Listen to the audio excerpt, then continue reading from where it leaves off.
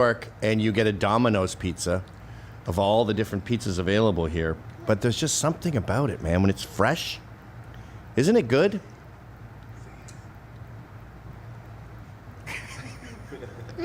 Hi. Is that yummy pizza? It's pretty good, right? The snobs don't like it.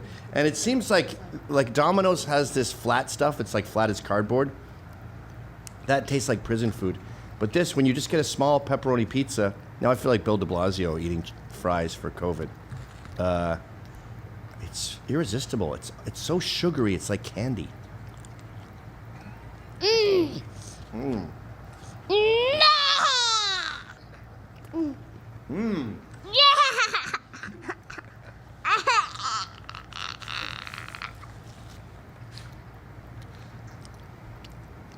Okay, buddy, should we check in on some garbage people after that Post Malone thing? Let's do it. Hit it, Sean. All right.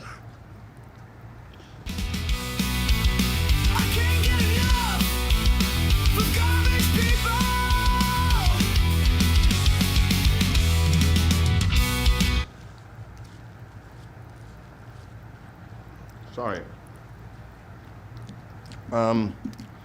As you know, Mondays are casual Mondays. We don't really do any work. We just fuck around, hang out with little kids, and make fun of garbage people. And we're live now, right? Yeah, we're live. We're live on YouTube and everything? Yep. All right, that'll be a new thing. I better be funny then.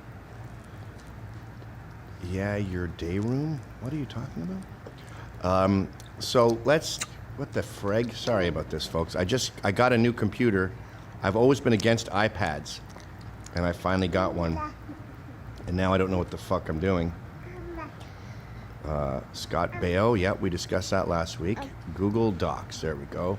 Verify it's you, okay? You giggling? Sean? No. Oh. No. I thought I heard you giggling. Nope. I've never heard you giggle. I've never giggled. Never giggled. Goggins goggle. never giggles. Yeah, That's goggle. been your motto since I met you. Yep. Let's start it out nice. Oh, look, we have another baby. This is, what's her name?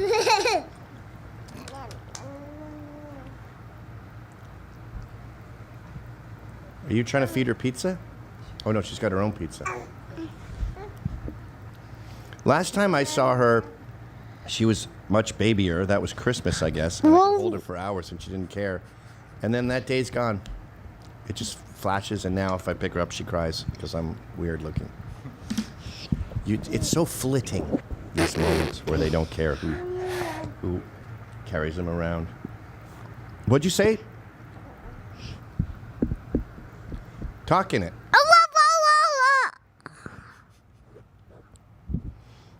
So we're going to look at some garbage people, okay, bud? Do you know what garbage people are? Mostly just losers, but sometimes you got to be careful because they might be mentally ill. And now you're making fun of the handicap, which isn't funny. That's punching down. So this guy, I don't know if he's retarded or not. I hope he isn't. But he just decided to film himself listening to babysitter music with his socks on.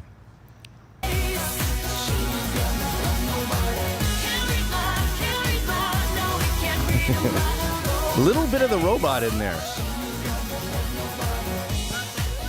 Zoom out, Sean. You have that cropped.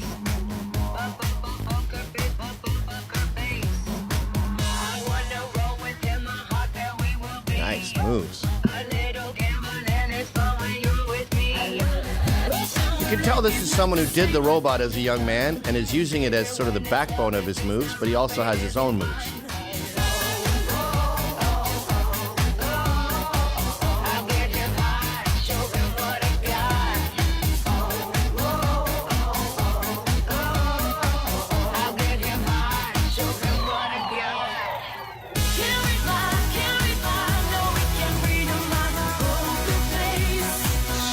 Can you imagine, speaking of brothers, how hard his brothers rag him for this?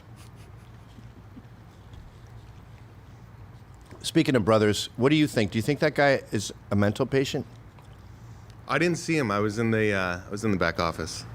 What were you doing back there? Snooping around my shit? Yeah, just looking through your files, seeing Okay. what dirt I can get on you. Well, let's show him again. Go to a different video of his. Okay. All his videos are like that. AKA awesome. Dancing Guy 1 is his name. Dancing Guy 1. So just choose anyone. Oh, They're all the same. Oh, whoa. Is that his wife and daughter?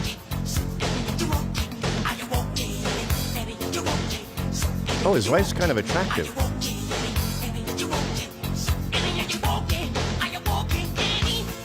Oh, he's pretty good. Yeah. Yeah. Where's the daughter coming in?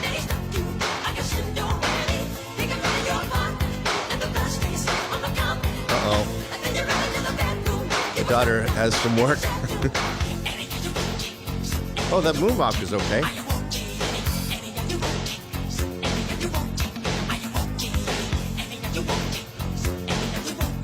Anyway, what's the verdict on this guy? I don't think he's mentally slow if he got a date. He's not full retard. Yeah. Welcome to the show, KY, my brother, for Thanks, the bro. past probably 40 years or so. Well, go on, Kevin. Let's just start with the eye of the storm. Why did you tell mom and dad that I got a tattoo? All those years ago? Yes? Well, it's kind of your fault. Why did you trust, what was I, 6 or 5? You were 4. 4? Why did you trust a 4-year-old with such a nuclear secret? Well, it's just the way you delivered it, too, where you go, I have a secret. And then I didn't expect, tell me the secret to new. Yeah. He had a self-induced seizure where he's never had one before or since, where he's just like on the ground. The six-pack rolled away from him, and he always had a six-pack in his hand. And then mom got nude. She took off her Kicked her sweatshirt, slippers off. Slippers. I don't know about her socks, but she was down to bra and track pants Yeah. on her knees, pleading for me to tell her that I regret it. Which I guess was her way of saying this is the last, right? Yeah. And it was not. You got some new skin art. Yeah, it's all Bible stuff. You become a real Bible thumper recently. Yeah, they call it a Jesus freak phase. You and you do like Most people go through it at, 16, 17. yeah. I got 41. You 41. You've done sermons at your church, right? No, just sort of reading, just Bible reading in front of the church. Don't you think? I've been screaming this for years. Your job is to read. Let's be frank. I don't want to blaspheme, but one of the most boring books around. I mean, the stories are exciting, but like the old timey. Oh, did I offend you? You look all pissed off now. No, I mean, yeah, Leviticus is a total snooze. Right. It's a book all of laws that don't apply to Christians and Yeah, like grow your hair and your beard. they're forever. all Jewish priestly laws and stuff that we don't really care about. So at my church, and it's probably like you too, you're Protestant, I'm Catholic, right? Yeah. They go, students from charter schools like From Top, Gohan, Yatsiri, and Aylin Manzano who attend the Zeta South Bronx Charter School excelled on state reading and math exams with pass rates. Like I'm busting my ass not to fall asleep already and stay focused. And I'm not proud to admit this, but sometimes in church I'll be looking at a different couple and I'll be like, what was the hottest sex they ever had? And then I'm like, I wonder if, wouldn't it be cool if I could just see it right now? Like it was probably 30 years ago on Halloween when she was a sexy cat. But I wish I could see that right now. Yeah, not my church. We walk in and there's a grunge band. Everyone's Yeah. in plaid shirts. Wearing flannel. Yeah. Well, this is how you should read if you, and the person they choose, it's usually the guy who did the most volunteer work. That shouldn't be the criteria. It should be the person who is the most didactic and interesting. Students from charter schools like From Top, we got Gohan, Yatsiri, and Aylin Manzano, who attend the South Bronx Charter School, excelled on state reading and math exams, with pass rates exceeding 90% in some classrooms, according to new data. These results vastly that's how you should fucking read at church. Yeah, I mean, I went to a sermon that my brother-in-law did, and you know, Which he's one? one of these guys. It's just like you're blessed with a passion, but not with an ability to public speak. And his whole like 30% of the sermon was about Lord of the Rings. Oof. And nobody knew what the fuck he was talking about. Which one was this? What letter does his name start with? D. Oh, I don't think I know D. No, yeah. Huh. That's a trip. Yeah, so I had to spend the entire, we drove 2 hours there to hear his sermon, and then I spent the 2 hours on the drive back explaining to my Iraqi mother-in-law what Lord of the Rings is. So the whole time she's going, is dragon? Is dragon? Yes, yes, is it has a dragon. dragon. One dragon. It's one dragon. So yeah, you've had a storied past, Kyle. You were an app development guy for a long time. Yeah. Let's go over your life story, shall we? Okay. Now, I kind of feel like I betrayed you when I moved out because I was 18 and you were only 4. And I'd kind of raised you. I mean, they were too drunk to do anything. So I changed your diapers and would get up in the middle of the night when you were crying. And then, like a deadbeat dad, I just walked out. I went to get milk and cigarettes and never came back. Yeah. Did you feel Fine. betrayed by that? What was I, 4 or 5? I was 5 when you... Yeah, when you were left? 5. I was 5? I don't know. I don't remember anything from 5. You had a pretty good childhood, though, right? Yeah, I had a great childhood growing up in the suburbs on Stinson Avenue, and yeah, it was awesome. You had all you know. I just remember like, you know, around lunchtime or in the morning, you'd leave and go with your friends, and it didn't matter. You were back by dinner time or something. You'd go off into the woods. That old utopia. Yeah, it was great. Pull up that place, Sean. 38 Stinson Avenue. In Ottawa, Ontario. I think it's all Ottawa now, though it was Bell's Corners back then.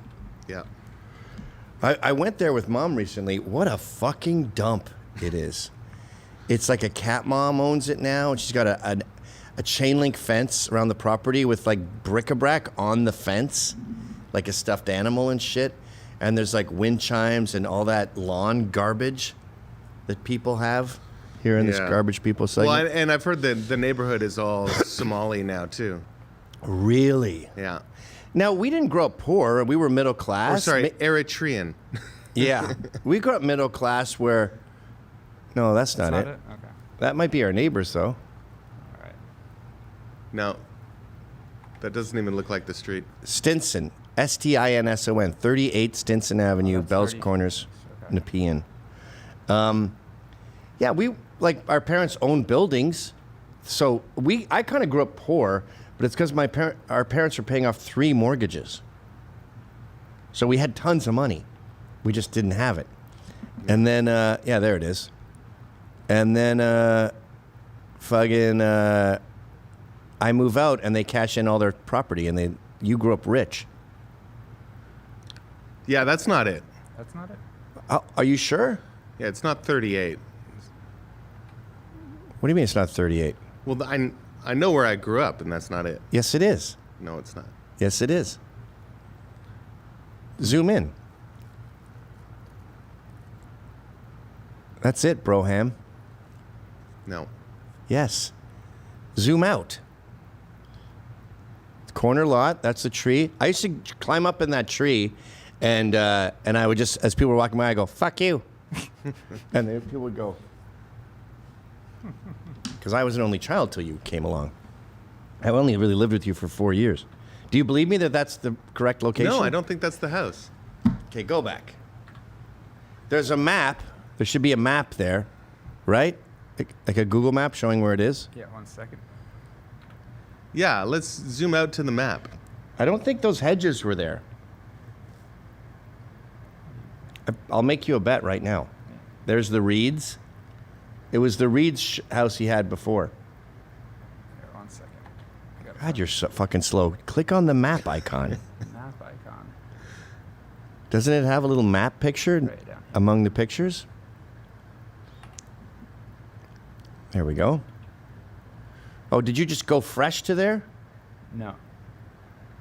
Sean, I'm getting mad. What? Did you get that map from the site you were yeah, just from on? the site, but that was zoomed into a different like sub page of the Street View. It didn't have the. Okay. Well, now you're showing us an entire country. There we go. So keep zooming. So that dot is from the link, Kyle. Stinson Avenue, Delta, right on the corner there. I think you're confused by the hedges. Yeah. It didn't. Okay. But anyway, that was a great kid street. And as you say, so are you a millennial? Yeah. So millennials and Gen X. Everyone talks about Gen X like they were alone.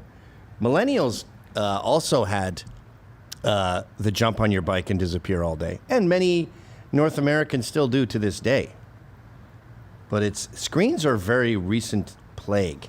Like my two teens didn't really grow up with screens.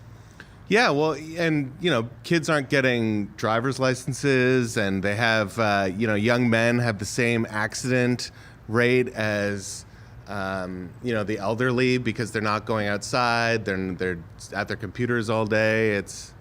What do you mean accident rate? Like falling downstairs? Yeah. Well, so the elderly have a very low accident rate because they're just sitting all day, right? I see. What And you so mean, in terms of activity, young men are now at that level.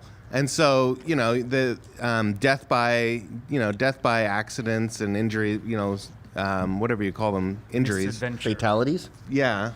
But specifically like deaths by like falling off of things and riding your bike and all that stuff, like that's gone down tremendously, but at the expense of being pussies. Of being alive. Yeah, when we were young, everyone had a cast. You'd sign the cast. You don't see that anymore. Yeah. And I think it was these helicopter parents saying, I like video games because when I go out for dinner, I know that they're safe because they're just staring at a screen. I know they're not like, balancing on chairs or something. Okay. Well, don't make it a pattern because your child's not living. Mm-hmm. And even with my youngest, I never say our kids' names. Even with my youngest, he's got his black friends. But all the other rich white kids, first of all, he's ostracized because he's my son. But they're also at camp. Rich people send their kids away to camp. Literally the next day after the last day of school, they're gone all summer. Poof.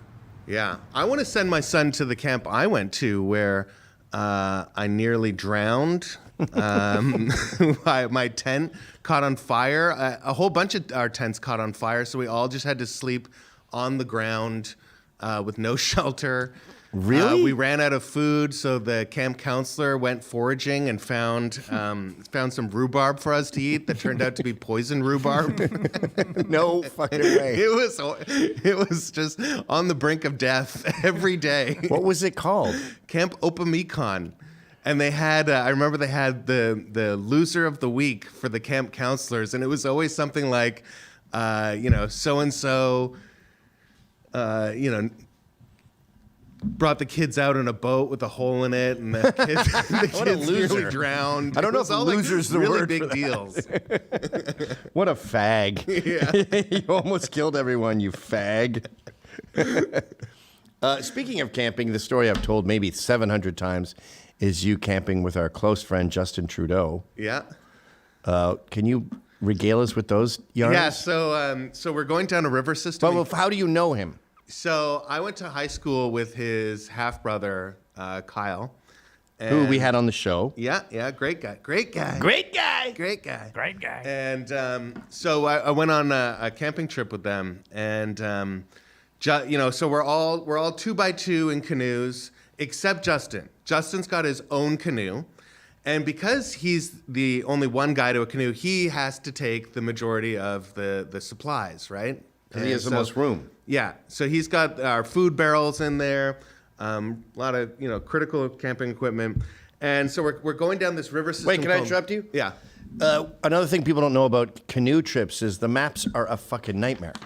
It doesn't say Oakville Street, right? You just have to sort of guess where you are and avoid actually, waterfalls. so on this one, we all had maps laminated in our canoes, and so we all saw coming up was a waterfall that you have to portage around, and it's clearly marked on the map. And so we all go, okay, time to let's get to shore, let's get our canoes ready. We're gonna portage, and Justin's like, yeah, I'll see you guys at the other side. And we're like, Justin, at least just give us the food barrels. We'll bring them. We'll portage those. Like, just don't take the food barrels. And he goes, yeah, see you guys later. I make my own map.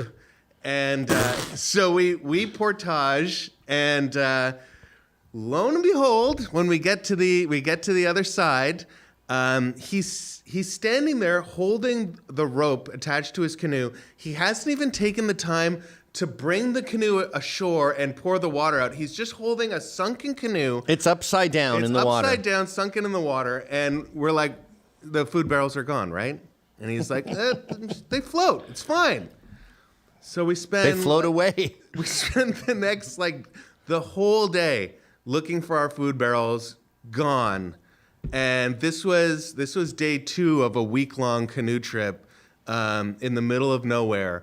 And so, yeah, we're fishing, trying to just, it's life or death at this point. Right, yeah. He doesn't have our food barrels. And so after all this, and we're so fucking disappointed and annoyed with him, we're building a fire that night, and he comes over, looks at us as we're the ones building a fire and trying to get us something to eat, and he goes, hey, shouldn't we be worried about our carbon footprint? Oh my God.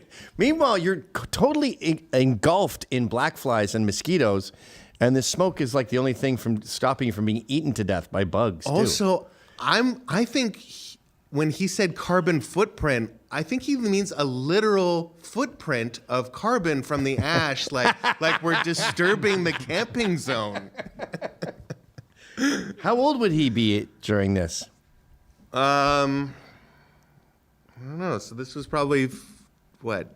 This was before I think he was probably in provincial politics or something, but. So maybe he's my age, right? He's like 55. Yeah. So maybe he thought he was he'd be superior more to you guys because he was older. Yeah.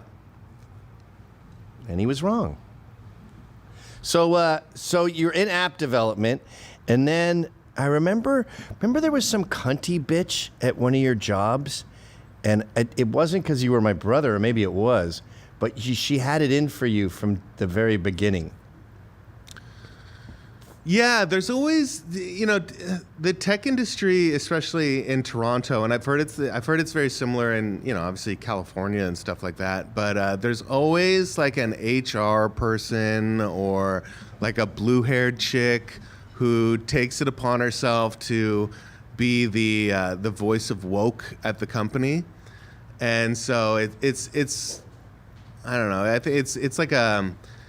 I think it's a way where they try and get job security too. Everyone gets scared of them, so nobody wants to fire them. Nobody wants to step on their toes. So it's a self-preservation. Well, I think thing. they're also bored.